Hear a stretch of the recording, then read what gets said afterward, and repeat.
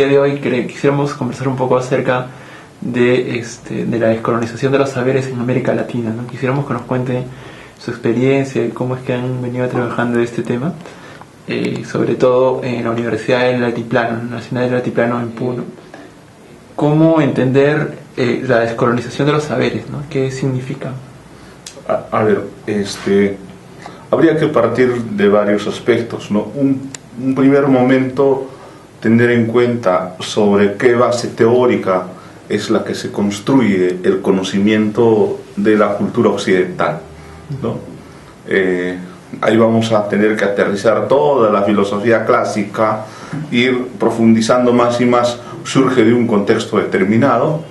Sin embargo, hay otra sabiduría, ¿no?, que está presente, que está por debajo de esta cultura occidental, que pues como por ejemplo esa gran sabiduría no solo aymara, sino yo diría de los pueblos de la periferia. Entonces es un segundo elemento que nos podría un poco a visibilizar, a darnos cuenta que hay otro tipo de sabiduría que no ha sido legitimada. Entonces se formó un bloque, ¿no?, de un conocimiento occidental lacrada, ¿no?, legitimada por las universidades, por la academia, no solo en el país, sino en América Latina. Sin embargo, estas universidades no acogen dentro de sus espacios académicos gente de la periferia como quechuas e aymaras. No hemos profundizado la reflexión profunda de esta sabiduría que está oculta ahí. Como diría Foucault, hay saberes dormidos, ¿no?, que están ocultas, pero que en un momento podrían despertar. A medida que va transcurriendo, la gente de la clase mestiza, yo diría, de la élite académica, se va dando cuenta, surge toda una corriente, digamos, del indigenismo que ha sido trabajada, debatida. Entonces, esta gente académica son los que han propuesto las políticas de desarrollo sobre la mesa, y a partir de eso se han trabajado, digamos, temáticas en todo el quehacer político en el país. Y sabemos nuestra historia, ¿no?, de que todo lo que se han hecho. Entonces surgen instituciones académicas en las que se ocupa, ¿no?, de estudiar las culturas de la periferia, sobre todo el mundo quechua, el mundo aymara, el mundo amazónico. Entonces es un debate académico político sin la presencia de los actores, ¿no?, que están sepultados abajo. Y cuando nosotros constatamos desde nuestro uso de la razón, nos vamos preguntando qué pasa acá. ¿Habrá solo un tipo de conocimientos? ¿Habrá solo un tipo de sabiduría construida en la cultura occidental, blindada en América Latina?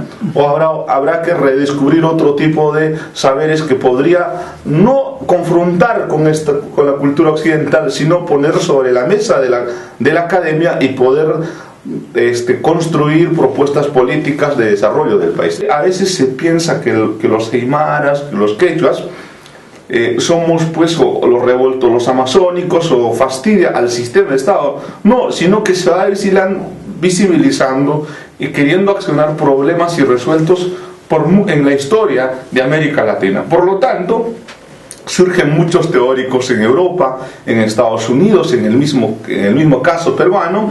Tenemos a José María Arguedas, ya había dicho a un momento, el país no es de una sola sangre. Mariátegui dijo que el Perú no es una nación, ¿no? Luis de Valcárcel, o sea, tenemos infinidad de mestizos que han trabajado el tema indígena, sin embargo no se ha escuchado. ¿Y qué pasa? También otro lado van encontrando, por ejemplo, el caso de Ecuador, el caso de Bolivia, propuestas desde la demanda de los movimientos sociales y desde los pueblos autóctonos, indígenas, originarios, en las que se pone a la bandeja de la academia y pues como que agarra desnudo a la academia, y tenemos que buscar algunos elementos para poder acoger y trabajar el tema del pensamiento crítico. Pero sin embargo en Alemania, en España, en Francia, casi todo en Europa, el mismo Estado ya se había trabajado. Sin embargo en América Latina como que llega tarde. Entonces el tema es que nosotros, digo nosotros porque hay mucha gente cuando estos van entrando, por ejemplo, el pensamiento de Mariátegui, no hay que quedarnos en una lectura marxista, ¿no? Sino releer Mariátegui de un escenario como los aymaras y quechuas amazónicos, ¿no? Problemas irresueltos en el país. O leer Las Venas de Abiertas América en un contexto, en un escenario político distinto. O si no, leer las obras de Arguedas, esa frase de todas las sangres, no solo debería quedar o debe quedar en el discurso lírico de los académicos, de los antropólogos, de los sociólogos, que sobre esa base se piensa el país. Entonces,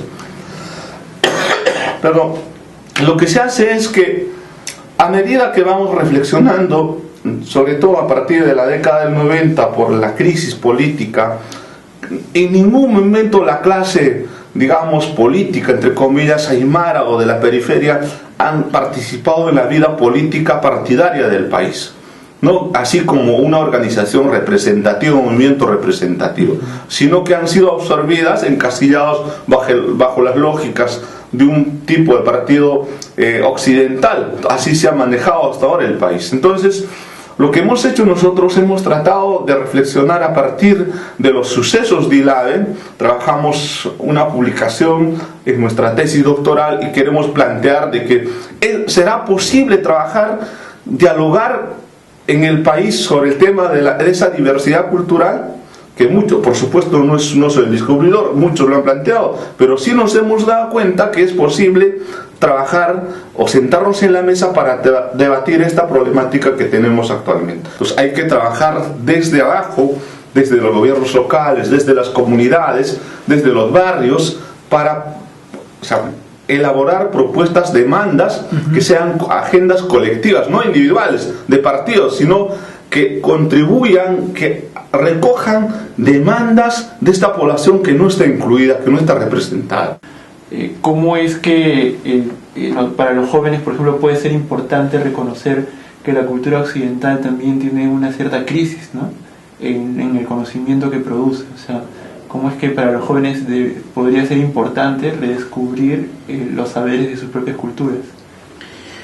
Gracias.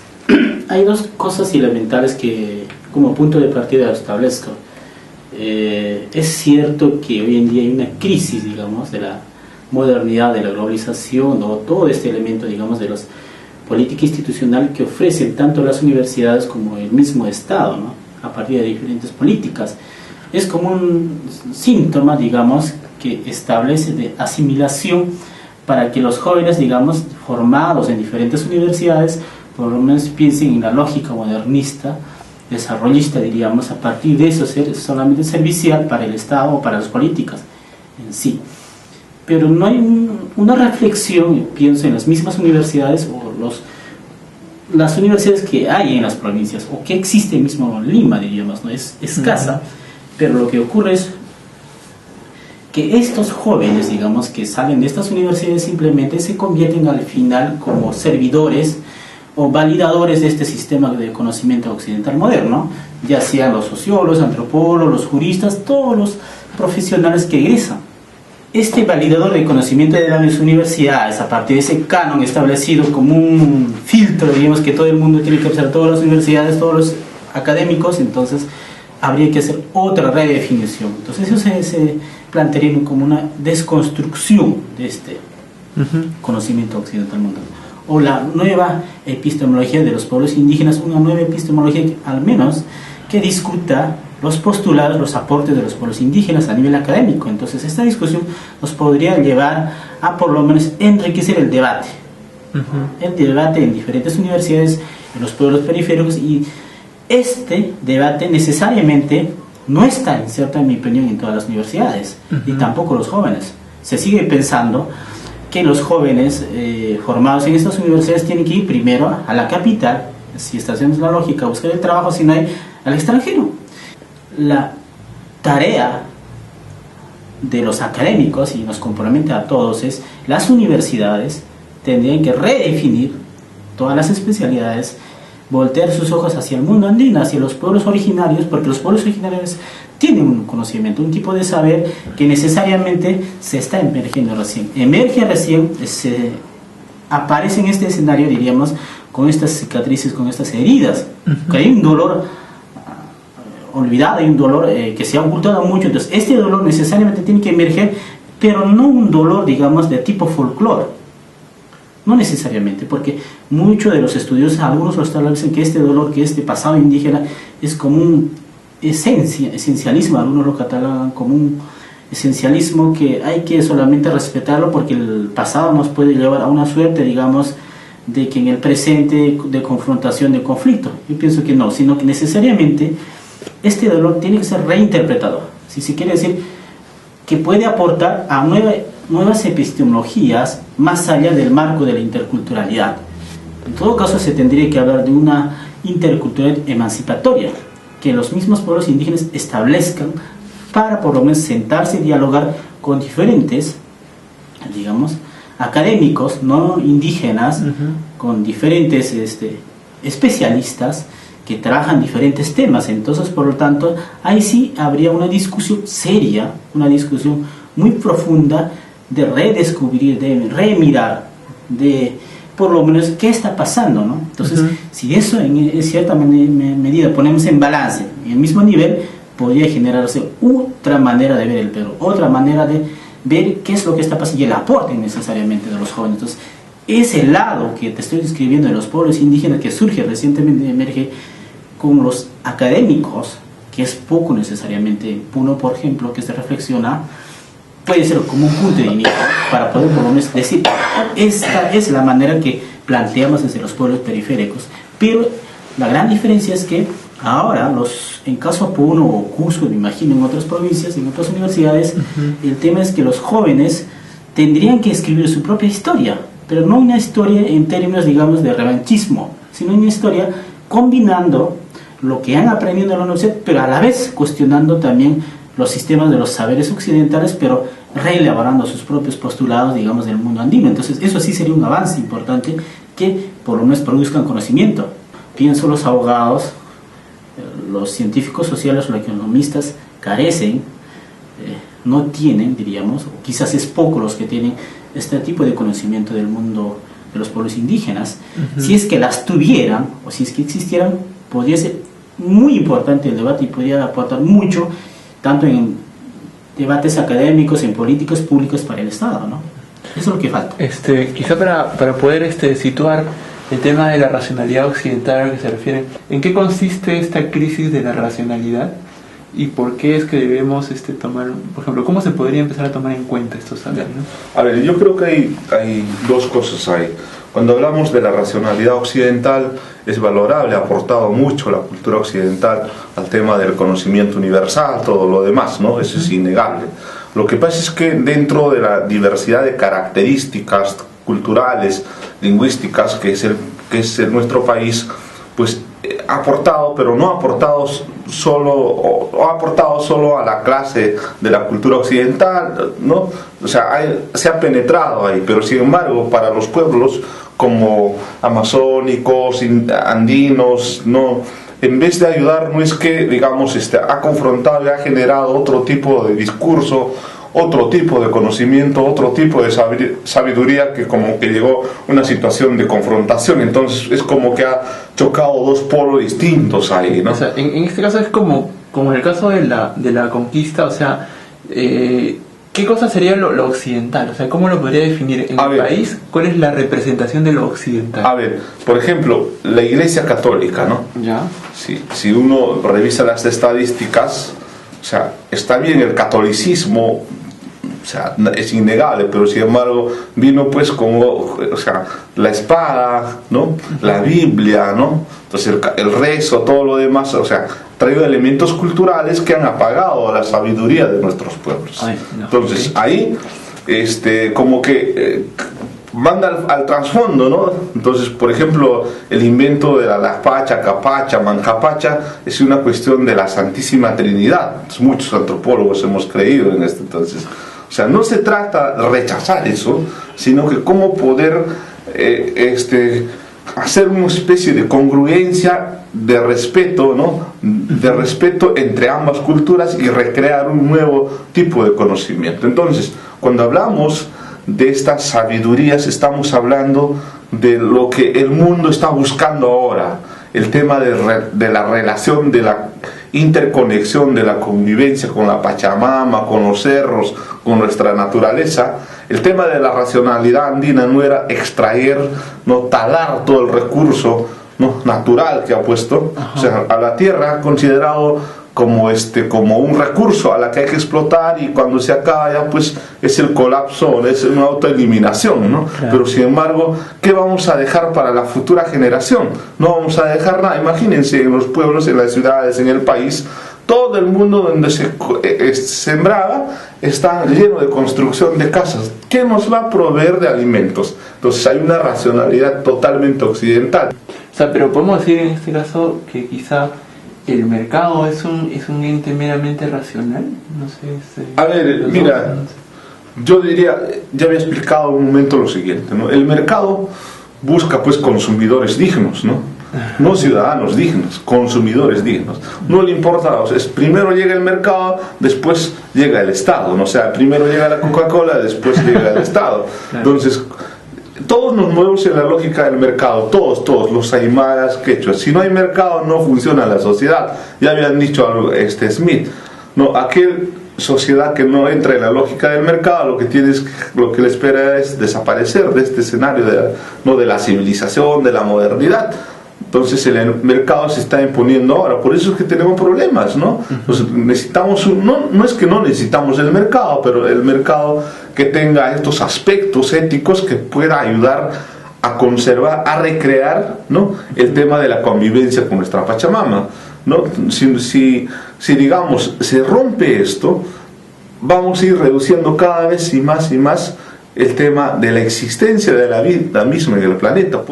Yo creo que se está asistiendo últimamente a un colapso, diríamos, de paradigmas, a una crisis de paradigmas en la modernidad, no solamente centrado en la economía, sino también en la política, en políticas públicas, en temas de asistencia social, o este tema llamado actualmente por este gobierno, tema de la inclusión social, ¿no? Entonces, este tema de inclusión social, poniendo el ejemplo, necesariamente tiene un concepto, digamos, o una fundamentación muy profunda, diríamos, de la modernidad, y no contribuye, no soluciona muchos de los temas, diríamos, de pobreza, de desarrollo que todos los pueblos indígenas mantienen. Entonces, y si no soluciona, entonces hay una crítica desde nosotros, desde la periferia, desde los académicos, que vamos construyendo en todo caso. Entonces, si no funciona, habría que construir alternativas, propuestas que necesariamente ambos, sin desmerecer el conocimiento moderno,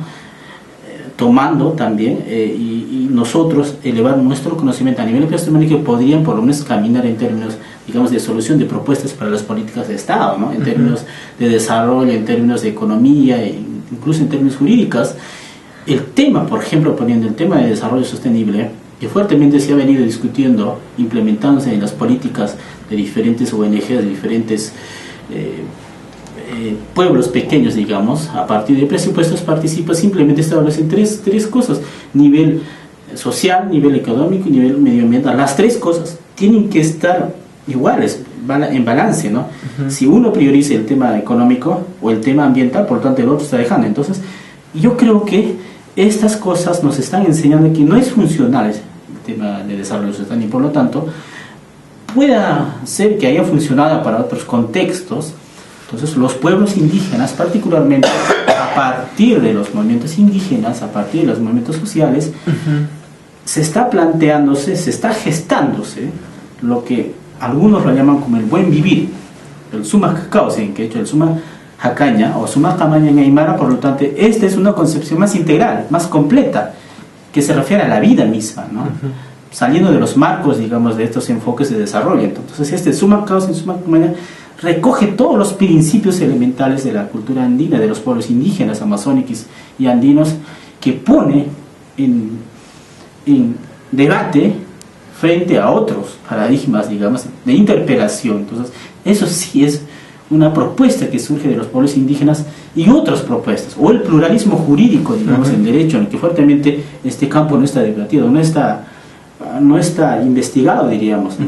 Con ello no estamos diciendo que queremos confrontar, ¿no? Estamos diciendo que hay que deslegitimizar todo lo que es el conocimiento construido moderno, sino recogerlas, pero a la vez este conocimiento andino de los pueblos indígenas, elevarlos en un esquema, digamos, de epistemología.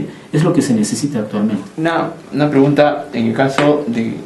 Había escuchado de Boaventura de Sousa Santos, que decía que, por ejemplo, que ante fenómenos como en el caso de Bolivia y Ecuador, ¿no?, que se empieza a gestar un nuevo Estado, es muy difícil que las ciencias sociales puedan entrar a analizar este proceso novedoso, ¿no? Porque los métodos que utilizan las ciencias sociales y la comunicación son métodos que casi castran el proceso social, ¿no? O sea, limitan el hecho de poder entender aquello que no es algo clásico, que no aparece como un patrón de las ciencias, de la academia, ¿no? ¿Cómo entender, por ejemplo, el proceso que está viviendo actualmente el país, ¿no? O sea, ¿cuáles serían los marcos metodológicos con los cuales nosotros podríamos entrar a trabajar, a analizar lo que usted nos menciona, ¿no? Entender el país desde otra perspectiva? Para un estudiante común debe ser difícil entrar desde toda esta propuesta que ustedes nos plantean, y ahí, ¿cómo hago para investigarlo? O sea, ¿qué herramientas utilizo? ¿Qué metodologías hay? O sea, ¿quiénes son los que desarrollan? O sea, parece un esquema muy grande que no tiene un asidero práctico, metodológico, ¿no? ¿Cómo empezar a hacer investigación de este tipo? A ver, yo creo que habría que volver a releer a Kant, ¿no? La crítica a la razón pura, ¿no? O si no, releer a Schopenhauer, ¿no?, cuando habla del buen vivir, mismo Aristóteles, ¿no?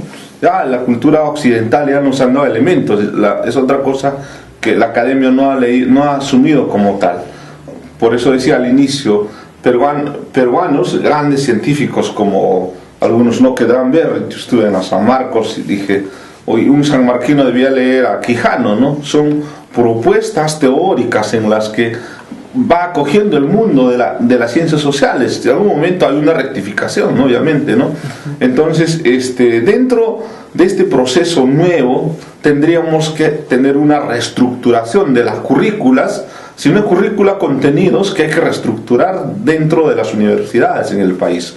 Por ejemplo, en tema de metodología de investigación, o sea, nos hemos quedado como hace 40 años, 50 años, ¿no? Entonces hay que cambiar toda esta estructura que te encasilla cómo debes hacer una investigación. Por ejemplo, ahí hoy tiene que jugar, pues, un rol importante las universidades, inclusive la misma ley universitaria, ¿no? Entonces, por ejemplo, el tema de la docencia, todo lo demás, si te dan parámetros. Yo sé que no se trata de sacar normas, sino replantear estos. Entonces, una de las metodologías de las tantas, ya nos ha planteado Ventura de Sosa Santos en varias publicaciones. Por ejemplo, él habla de la descolonización, ¿no?, del occidente, ¿no? Creo que Mignolo nos dice, la teoría crítica no ha sido inventada en Europa, sino ha sido trabajada con Guamán Poma, esto de la nueva crónica y buen gobierno. ¿Por qué nueva? Seguramente había una vieja crónica, ¿no? ¿Por qué buen gobierno? Seguramente había un viejo mal gobierno, ¿no? Entonces, creo que hay que empezar a trabajar esos temas. Entonces, yo pienso y siento que uno de los elementos fundamentales dentro de la estructura curricular es el tema de la axiología, de la antropología, ¿no?, que hay que trabajarlo en las academias. Entonces, ahí, por ejemplo, a veces me choco con algunos estudiantes, dice, yo soy de sistemas, no nada que ver con el tema social, pero este estudiante va a trabajar en un escenario netamente social, si se quiere conflictiva. Entonces, ¿qué tipo de profesionales, no técnicos, que van a pensar el país vamos a tener para el país? Nada. O sea, está a espaldas del pueblo, ¿no? Un médico igual, ¿qué tengo que ver con la cultura? Pero pues la cultura peruana, las tradiciones, toda la diversidad cultural, no solamente peruana, sino de América Latina y el mundo, ¿no? Entonces tendríamos que replantear. Ahora, igual, ¿no?, nosotros los antropólogos, los sociólogos, tendríamos que, ¿no?, ir elaborando nuestras muletas, ¿no?, cuantitativas y cualitativas, y construir una pista que realmente pueda tener un lastre, ¿no?, de la cultura occidental, de la cultura andina, si se quiere, para poder construir esa metodología. La teoría crítica todavía no ha acabado, ¿no?, el trabajo en cuanto a la cuestión metodológica. Sin embargo, creo que hay ingredientes de los pueblos indígenas originarios que están aportando a construir esta metodología. Por ejemplo, hay buenos trabajos, yo estoy viendo en la UNAPUNO, ¿no?, sobre todo en la Universidad Nacional del Altiplano. Estamos tratando ya no trabajar tesis descriptivas, etnográficas, sino reflexiones desde la perspectiva de la periferia, que podrían aportar a pensar de otra forma la antropología en Puno, a pensar de otra forma las ciencias sociales misma, ¿no? Entonces, o sea, nos toca sacudir nuestro cerebro y nuestras bibliotecas que no hemos revisado. Y inclusive podemos trabajar sin salir a Europa, sino sin salir fuera de nuestros escenarios. Hay autores locales que están ocultos, inclusive los saberes, ¿no?, estos yatires, maestros amautas que están en las comunidades, podrían aportar para construir estas metodologías. Por ejemplo, una fecha que discutíamos con Chiroque, decía: ¿cuál es la estructura de la metodología de investigación en el mundo andino? Entonces, en el contexto andino es más revisiones constantes, ¿no?, que aporta a la vida cotidiana, ¿no?, del quehacer. O sea, no solo es teoría, es descripción, sino está emparejado con el tema de la práctica, ¿no? Entonces, ¿y la observación participativa? Claro, no solamente observación. Yo diría, hay una observación, después de la observación hay una convivencia cotidiana. En la convivencia vas elaborando propuestas, hipótesis, postulados, ¿no? Después pasas a una cuestión de la acción, ¿no?, de la acción, y de esa acción hay una situación de formación de iniciativas, ¿no?, sobresalientes, diríamos. No es el que sabe más, sino es cuál es la que socializa más, cuál es la que tiene estos elementos éticos, morales para el contexto, ¿no? Pues eso no pasa. O sea, las tesis en las universidades solo son para llenar, ¿no?, los pupitres, ¿no?, pero dentro del contexto andino son para llenar la sabiduría. Entonces ahora tenemos miles de tesis que están encerrados en las bibliotecas de las universidades, pero sin embargo todas las tesis que han servido de la vida cotidiana en el contexto andino son las prácticas cotidianas, son los que están resistiendo, están aportando. Entonces, ¿cómo recoger eso? O sea, hay una cuestión de confrontación. Chiroque ha empezado aquí desde Lima, creo que trabaja en Ocontuta. Nosotros en IDEC hemos creado una tertulia para poder reelaborar, ¿no?, o sistematizar toda estructura de la cuestión de la metodología de investigación cualitativa, ¿no? No solo es cuantitativa, cualitativa, hay otros nombres, categorías que hay que redescubrir desde nuestro escenario. Entonces, yo creo que el tema metodológico es una tarea pendiente para los científicos sociales, entre comillas, ¿no?, para los sabios de las comunidades, de los pueblos amazónicos andinos, para poder, pues, poner en la palestra para trabajar el tema de metodología. Los enfoques estructuralistas, no funcionalistas, ¿no?, culturalistas, folclóricas, ¿no?, pues no ayudan mucho, no resuelven el problema, sino habrá que replantear un enfoque de la periferia. Ahora, por ejemplo, se habla de la teoría de la indignación, cómo los indignados puede construir teorías y poder sobre la mesa, y sobre eso poder discutir metodologías que pueden ser adecuadas. O sea, el investigador no es que aprende a investigar en la academia, sino aprende a investigar. Es lo que hace falta en el país. En todo caso, hay estudios, en caso Puno, de diferentes académicos, diferentes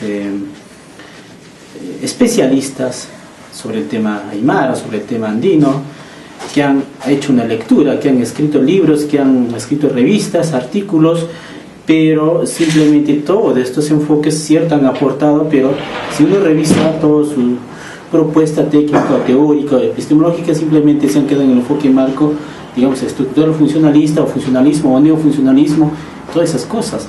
Y vemos en todas las tesis esa influencia. Entonces, lo que nosotros desde PUNO planteamos a partir de las investigaciones nuevas, a partir, digamos, de repensar del caso y del conflicto, y entre otros, es esta lectura crítica, plantear otras propuestas, otras formas de pensar que no necesariamente tienen que ser netamente ceñidos en el enfoque estructural funcional. De hecho, es un aporte, se recoge esas posturas, pero cómo las avanzamos, cómo las proponemos para, en términos, digamos, de la investigación, en términos de la epistemología del conocimiento. Entonces, IDECA, por ejemplo, donde yo estudio maestría, es lo que tratamos de reflexionar con todos, ¿no? Con todos mis compañeros, con todos los profesionales que nos enseñan, para hacer una propuesta, una nueva manera de pensar, si se quiere decir una nueva epistemología, si es chiquita, pequeña, puede ser rebelde, pero para lo menos lanzar que esto sea una alternativa, una solución, porque creo que eso es lo que nos obliga a los académicos, a todos los que nos preocupamos por este contexto, digamos, de la interculturalidad, por el contexto de esta problemática del Perú, que nos podrían por lo menos ver con mucha claridad, porque yo creo que los ciegos, yo diría, son los académicos, por lo menos, que no se ponen una lupa para poder ver qué es lo que está pasando en cada contexto, pero esta lupa más o menos tiene ya un nombre, diríamos una ciencia, una teoría, pero para nosotros no. Para nosotros la teoría tendría que partir de la misma realidad, porque el mundo andino generalmente es otra realidad. El mundo andino, todas las personas, todos los componentes, un ser vivo, y por lo tanto entonces obliga a nosotros a ver de otra manera. Entonces esta manera de ver es nuestra lupa, es mi lupa de los pueblos indígenas, es una lupa inserta, es una lupa, digamos, que los académicos indígenas tienen empleamos para ver desde otro lado, como pueblos indígenas, hacia estas políticas del Estado, hacia estas políticas del conocimiento, porque el conocimiento generalmente, de hecho, es universal, pero por lo menos ha entrado en colapso, en algunos casos no funciona. Entonces, esta lupa mía me permite eso, interpelarlos, poner en debate, que esa manera que mi lupa que yo tengo sea un aporte, sea un debate emancipatorio, no tanto confrontación. Necesariamente eso es la tarea que tendría que hacerse actualmente. El tema del pensamiento complejo, que es una forma de, es como una especie de método de epistemología que te permite interpretar sin la necesidad de basar en un centro hegemónico, ¿no? Que en este caso sería el eurocentrismo. Claro.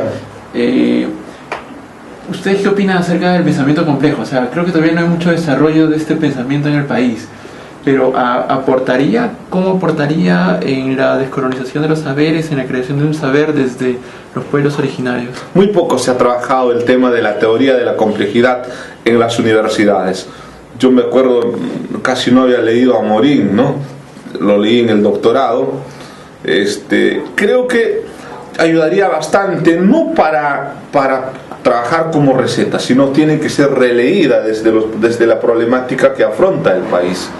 Y yo no diría crear otros saberes, sino recrear los saberes que siempre han existido. Por ejemplo, si dice Foucault saberes dormidos, yo diría saberes aplastados, ¿no? Entonces, saberes aplastados en las que se van a construir para confrontar con la sabiduría occidental, sino hay que recrear esos saberes en nuevos tiempos, en nuevos escenarios, ¿no? Que demandan, pues, ¿no? Y creo que se convierten como alternativas y esperanzas en este escenario de la complejidad. No creo que haya sido tan loco Bourdieu cuando diga los problemas complejos, ¿no? Necesitan respuestas complejas, y las alternativas las tienen los pueblos de la periferia. Entonces, si no, escuchemos, ¿no? El mismo Alan dijo, hay que repensar el Estado. Seguramente en su tránsito de su vida profesional, ¿no? Haya leído a Morín, pero a veces también no vale, o sea, se paltean como se ha palteado cuando estuvo de presidente, ¿no? Entonces yo creo que hay que ver cosas que todavía no se han visto. El asunto, yo creo que no se trata de confrontar.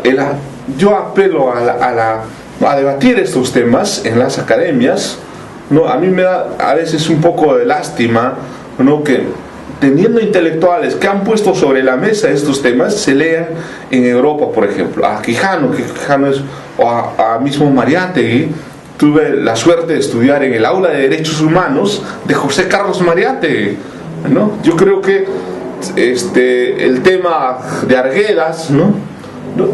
Son autores nacionales, intelectuales nacionales, mestizos inclusive, que han puesto en tela de juicio la problemática y han pronosticado la difícil situación que vive el país. Entonces el asunto es que no hemos tomado en cuenta. Es como decir, mire, viene la corriente, cuidado, y cuando recién nos agarra un poco a algunos desnudo, ¿no?, y estamos tratando de tapar nuestra parte íntima en la academia sobre todo, y creo que ahí yo me incluyo, y alguna gente tendrá que salir de muchas universidades, o si no tienen propuestas contundentes, ¿no?, éticas con el tema del conocimiento, que incluya no solo el tema occidental, el tema de la diversidad de saberes, si se quiere, si no es andina, sino del mundo, que va a ser en el futuro una alternativa para poder, digamos, recrear, subsistir en esta crisis tan difícil. Si no están en esa línea, papacito, tienen que irse a trabajar donde les corresponde, porque nuestras universidades no pueden seguir siendo gente que forme mediocres. No queremos eso. Y si lo están, yo creo que no por presión de la población, ¿no?, sino por una propia naturaleza y ética, tienen que ir recreándose, generando un nuevo estilo de tipo de conocimiento que responda a la demanda, ¿no?, y a la necesidad que nos está presentando ahora en estos momentos tan difíciles. Diría dos cosas. En primer lugar, los pueblos indígenas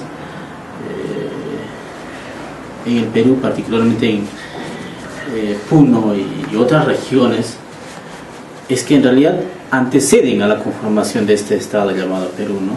Si lo anteceden, por lo tanto, tienen también su propia lógica, su propio conocimiento, sus propias maneras de manifestar, de expresar, de maneras de manifestar, de elaborar conocimientos, de reinterpretar. Y por un lado también emerge lo que diríamos el mismo estado a partir de la conformación de la República reciente con un conocimiento moderno. En ese esquema, primero, y segundo, en el esquema, digamos, de las teorías críticas de Tomás Kuhn, de paradigmas, digamos, de Buenaventura, entre Quijano y entre otros, lo que se está haciendo es, algunos se preguntan si esto es una cosa de compleja o teoría compleja. Yo diría es que no. El Perú verdaderamente es compleja, toda su diversidad, por lo tanto también las respuestas tendrían que ser de una manera más sistemática, más que complejas. Tienen que ser de una manera más sistemáticas, repensadas para todo el Perú. Yo me pregunto, por ejemplo, los congresistas o los ministros que asumen, no todos son indígenas, no todos son aymaras o quechuas, sino que proceden de una clase de formación de política, de una clase élite, diríamos, de una formación académica acreditada, diríamos, y los congresistas lo mismo responden. Y lo que pasa es que esto no funciona, y si esto no funciona, por lo tanto, se está apelando a hacer lo que hoy en día, lo que ocurre en el Perú, ¿no? Entonces tampoco no se está haciendo una lectura tan crítica, una lectura tan profunda. Entonces lo que se requiere es esta sistematización, esta manera por lo menos de hacer una relectura que en general alimente para todo el Perú. Valdría la pena por lo menos que el mismo congresistas o los mismos ministros vayan a las mismas comunidades, a los mismos lugares, no en el sentido, como se decía anteriormente, a enterarlas, sino por lo menos a ver este síntoma, ese dolor que existe, ¿no? Y sigue siendo ocultado este dolor, y por lo tanto este dolor necesariamente tiene que por lo menos ser reinterpretado, reelaborado de una manera de sistematización para que aporte a las políticas del Estado, a las políticas de gestión, a las políticas, digamos, de que funcione el Estado de una manera, digamos, de armónico, si se quiere decir, de buen vivir nosotros lo que decimos en la cultura aymara. Entonces, en ese sentido, necesariamente, las teorías críticas sí nos dan luces, sí nos dan aportes, sí nos dan algunas pinceladas para ver ese lado oscuro, ese lado oculto, ese dolor oculto que los pueblos indígenas, que hemos sido objetos de estudios, primero por los académicos, por los españoles anteriormente, y por las ciencias sociales en general, y por el mismo derecho. Entonces, este dolor oculto, diríamos, ahora emerge con sus mismas organizaciones sociales, con las mismas políticas, con los mismos intelectuales indígenas que ponen tela de juicio. Eso es lo novedoso. Y lo novedoso, por lo tanto, cosa que no está siendo tomada por las políticas del Estado. Entonces, eso es lo novedoso. Y la novedad no solamente se da cualquiera puede pensar se da en Perú, sino que también hay otras experiencias. América Latina, fuertemente en Bolivia, en Ecuador, que fuertemente interpelan estos modelos. Eso es, en mi opinión, creo que se está gestándose como un granito de aporte para este tipo de diversidad de conocimientos que en el Perú existe, por ejemplo, el tema de política, el tema de gestión, el tema de economía, el tema de conocimientos y saberes, conocimientos, o la desconocimiento, o el cuestionamiento del eurocéntrico. Entonces, eso es lo novedoso en términos, digamos, de teoría crítica que emerge, más allá, digamos, de lo que se podría pensar de la teoría de las complejidades. Nosotros siempre escuchamos que hay cursos para trabajar manejo de conflictos, ¿no? Por ejemplo, muchos comunicadores están en las oficinas de relaciones comunitarias, ¿no? Y tratan de manejar conflictos, pero ustedes, pues, que han vivido en Puno, y supongo que también en la época en la que hubo el aymarazo, ¿no? O sea, estuvo fuerte el tema del conflicto entre el Estado y los aymaras. O sea, ¿cómo es que se da realmente un conflicto? O sea, comunicativamente, ¿cómo es el juego de los actores, ¿no? O sea, ¿el Estado realmente entra en el diálogo? Las poblaciones indígenas, por el hecho de considerarse especiales, por decirlo así, ¿no? Una hipótesis, por ser indígenas, están reclamando demasiado, están yendo en contra del desarrollo nacional, que es como muchas veces las han catalogado. ¿Cómo ustedes han visto esa lectura de ese conflicto? Para tener en cuenta esta situación de gestión de conflictos, entre comillas, tendremos que tener una lectura. ¿Qué pasó en ese pueblo? ¿Qué está pasando? ¿Por qué? La gente no es que, oye, mira, mañana nos movilizamos. O sea, no es loca la gente. Hay problemas que no se han resuelto. Se están atentando derechos colectivos, se están atentando dignidades colectivas. Por lo tanto, la reacción tendrá que ser no individual, colectiva, a las que el Estado, los operadores del Estado, van a tener que individualizar y penalizar, criminalizar, encarcelar a los líderes que han demandado un respeto de la cuestión colectiva. Entonces, esta situación no es que estamos tratando de tapar, tiene que asumir sus responsabilidades. El asunto es que no tenemos sistemas judiciales, operadores del Estado legitimados por la sociedad peruana, ¿no? Entonces, ¿qué pasa en Puno?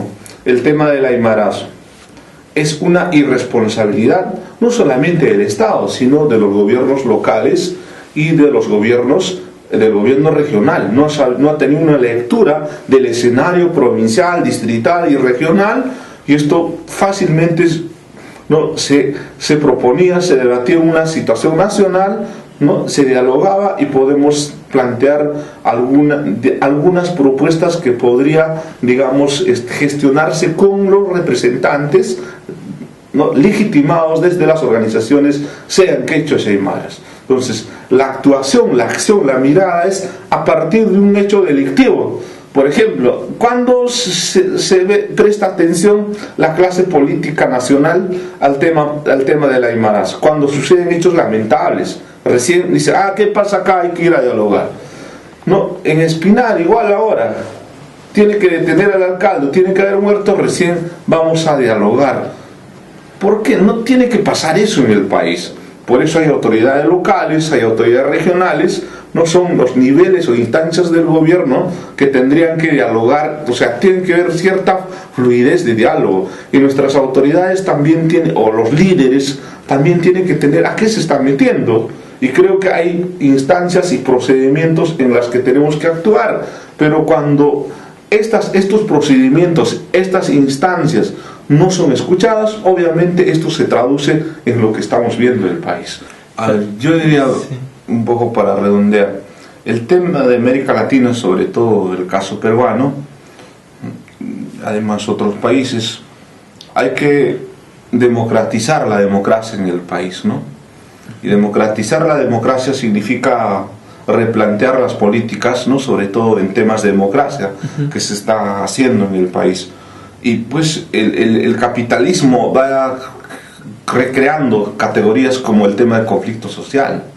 Muchos conflictos sociales, entre comillas, son pues temas de violación de los derechos humanos, ¿no? O sea, bajo eso dice, acá hay conflicto social en tal. No es un tema de conflicto, es una cuestión de demanda de la situación que afronta una dignidad colectiva. Por lo tanto, la reacción es más colectiva frente a la defensa de los recursos. Entonces, creo que si Europa está hablando en descolonizar Europa, entonces, ¿por qué en el país, en América Latina, no podemos hablar de una descolonización? Entonces, yo creo que el tema es cómo desmitificar esto de la democracia, de la política. O sea, nos han creado ciertos estereotipos como el cuco, ¿no? Dice, a ver, las mamás dicen, no tienes que llorar porque si no el cuco va a venir, ¿no? Entonces, no existe el cuco, es una construcción social. Entonces, yo creo que el elemento fundamental ahí, un poco para generar una especie de diálogo, de propuesta, de reelaborar estas propuestas, tendría que partir de democratizar la democracia en el país. Ahora que estamos en un momento tan difícil, el caso Cajamarca, el caso Espinar, o sea, hay una tensión fuerte en el país. Entonces, ahí los pueblos no van a dialogar, ¿no? Detendrán a Santos, ya se detuvo al alcalde de Espinar, detendrán a otros más, no podrán detener a todos los movimientos, ¿no? indígenas de los pueblos que están protestando. Tendrían que dejar de hacer las cosas que se está haciendo. Habría que leer los problemas irresueltos en el país, como planteado por Mariatti. Entonces, por ejemplo, o si no, que se lea el informe de la Comisión de la Verdad. Obviamente también los pueblos tenemos que tener en cuenta, no necesitamos seguir confrontándonos, porque los únicos perdedores son, en este tipo de confrontaciones, es el pueblo, la gente, los indígenas, como estamos viendo ahora. Entonces, yo creo que ahí son temas pendientes que hay que resolver, y la academia debería de ser la bisagra y poner sobre la mesa, ¿no?, estos temas. Entonces, ahí hemos trabajado desde la academia, sobre todo desde el 2004, 5, 6, 7, 8, 9, especie de unas propuestas hipotéticas que, gracias a la confianza en algunos gobiernos locales, algunos los han cogido, algunos no. Por ejemplo, propusimos metáforas en varias localidades para poder construir una democracia representativa, legitimada, no para confrontar, sino para construir propuestas conjuntas y colectivas. Y habría que hacer una revisión de todas nuestras instituciones políticas, inclusive instituciones públicas, instituciones sociales, ¿no?, que están, digamos, de un tiempo a esta parte, pues asistiendo a un colapso, ¿no?, social, de legitimación desde las bases. Pero sin embargo vamos a una comunidad, muchas comunidades no están colapsando, ¿no? Entonces tendríamos que preguntarnos, ¿podemos aprender de estas culturas de la periferia? Sí, podemos aprender. ¿Podemos rechazar confrontando las culturas de la periferia a la cultura occidental o confrontar el Estado? Creo que no.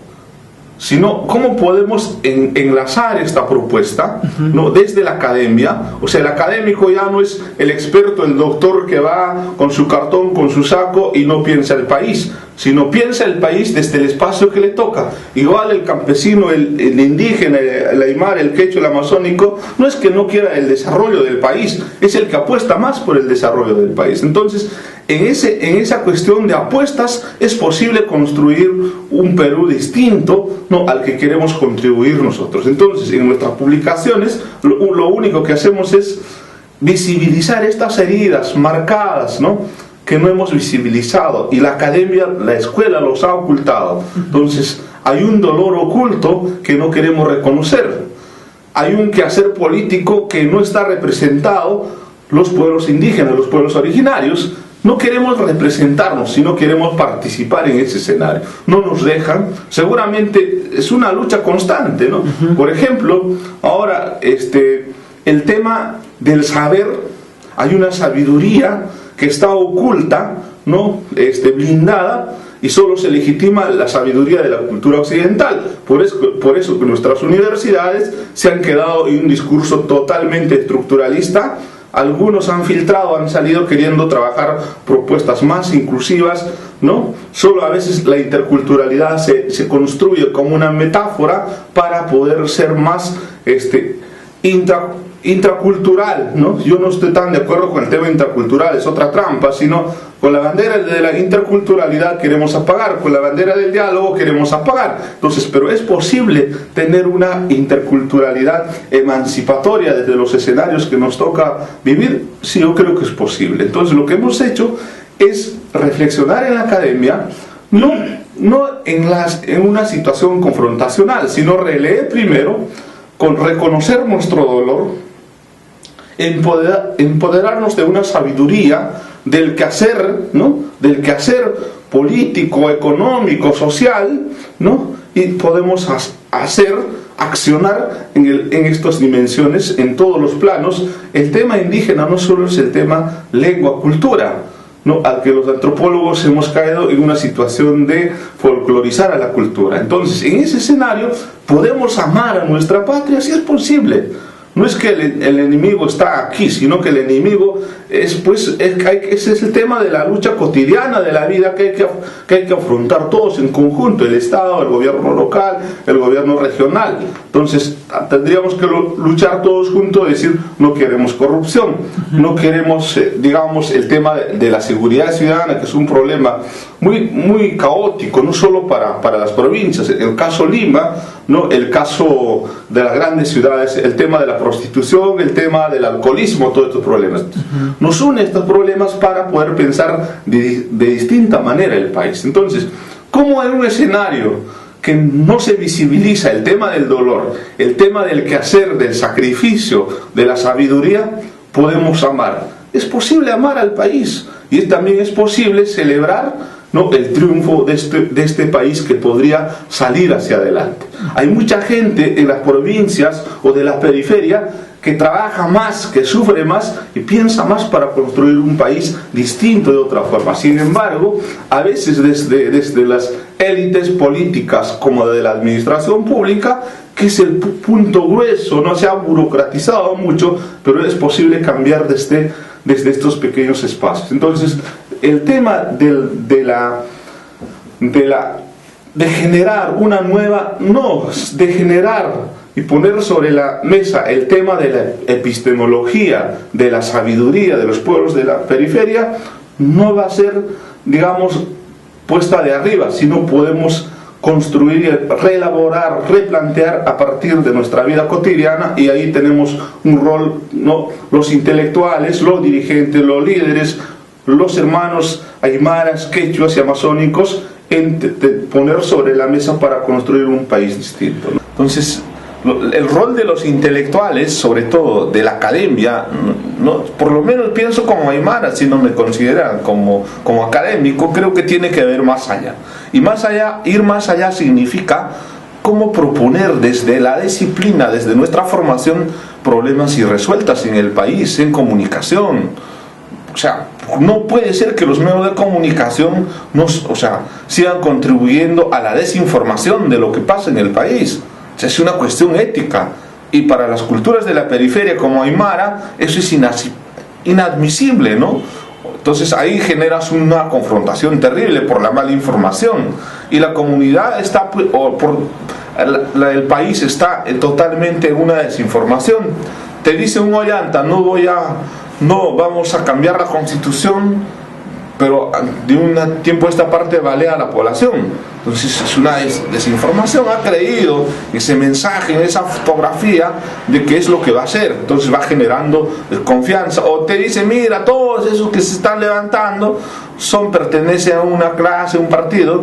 ¿Qué pasa ahí? O sea, no podemos seguir en eso. Entonces tampoco podemos decir sí, hay que confrontar o hay que hacer tal, no, sino que son tareas concretas que nos toca hacer. El campesino, el indígena va a hacer su chacra con cariño, con convicción. Nosotros los intelectuales no tenemos que decir como el campesino, o sea, es como ir a sembrar sabiendo que ese producto no nos va a dar nada, o vamos a perder la cosecha. Es lo que estamos haciendo, ¿no es cierto? O si no, a ver un transnacional, ellos cuando dan esta cuestión de la inversión social, ¿no?, de la promoción social, ellos no dicen que está regalando, es una inversión. Primero tendemos la trampa, después nos siguen. Entonces detrás de eso tienen que decir, mire, te damos alguna cosita para que después nos puedas aceptar. Entonces hay muchas trampas tendidas, sobre todo en el país. Tenemos que ser sinceros, eso es lo que a veces no era. Por ejemplo, no creo que todos no quieran la minería en Espinar. No creo que todo el mundo no quiera la minería en Cajamarca. No creo. Pero hay formas de dialogar, de conversar. Mira, a esta situación sí podemos resolverla. Pero si vas con trampas, si vas con tal, entonces el asunto es que ese componente ético que se lastra, que está enraizado dentro de los principios culturales éticos de nuestras culturas originarias, cuando es confrontada, trastocada, sí, pues vas a tener y va a defender, ¿no?, como se debe defender, como han defendido por más de 500 años. Entonces el tema no es eso, sino que cómo hacer un diálogo, ¿no?, de sinceros, ¿no?, sin trampas, sin tapujos, ¿no?, para poder trabajar por el desarrollo del país, lo que no se está haciendo hasta ahora. Miren, el tema de la consulta previa, 30.000 normas en el país. Recién los pueblos indígenas están siendo llamados para solo ser intérpretes de una sola norma, que es la ley de la consulta previa. Entonces, en 30.000 normas no ha sido partícipe el quechuas aymaras amazónicos. Entonces, solo ahora van a servir como cuestiones, digamos, solo de intérprete. Entonces, ¿por qué tanto temor? Ahora dice la democracia, sí, cada departamento tiene representante. Preguntemos, si no, a los congresistas, ¿cómo han llegado? No, ¿cómo es que han llegado? ¿Y en qué, digamos, problemas están comprometidos ahora? No tiene legitimidad. Entonces, estos problemas son los que me parece se tendría que trabajar en el futuro para que representantes de pueblos diversos como de la Amazonía o de los Andes tendremos que debatir nuestros problemas y poner sobre la mesa para pensar el país como debe de ser. Yo pienso que el tema del rol, no solamente del antropólogo, sino del rol del intelectual latinoamericano, tiene que ser eso. Y eso no es delito, sino es una cuestión de aportar al desarrollo del país, que es la razón de ser, ¿no?, de existencia de la academia, que nos está haciendo. O sea, hemos dejado que corran nomás las aguas. Y cuando nos dicen, mire, ese tu río que está contaminado, o ese problema es el problema de inseguridad en Lima, en cualquier sitio, pero hemos estado viviendo cotidianamente, nosotros hemos generado por no decir nada. O sea, hay una negligencia de la clase intelectual en el país, o si no, de la clase política, ¿no?, que no ha tomado en cuenta. No solo ahora dice, ¿no?, por ejemplo, el tema de basura, dice, mira, el señor alcalde no ha barrido en el barrio, pero ¿quién ensucia en el barrio? Son los mismos pobladores. Entonces yo creo que esos temas tendríamos que ir trabajando, no solo los intelectuales, sino pues los que vivimos en América Latina, ¿no?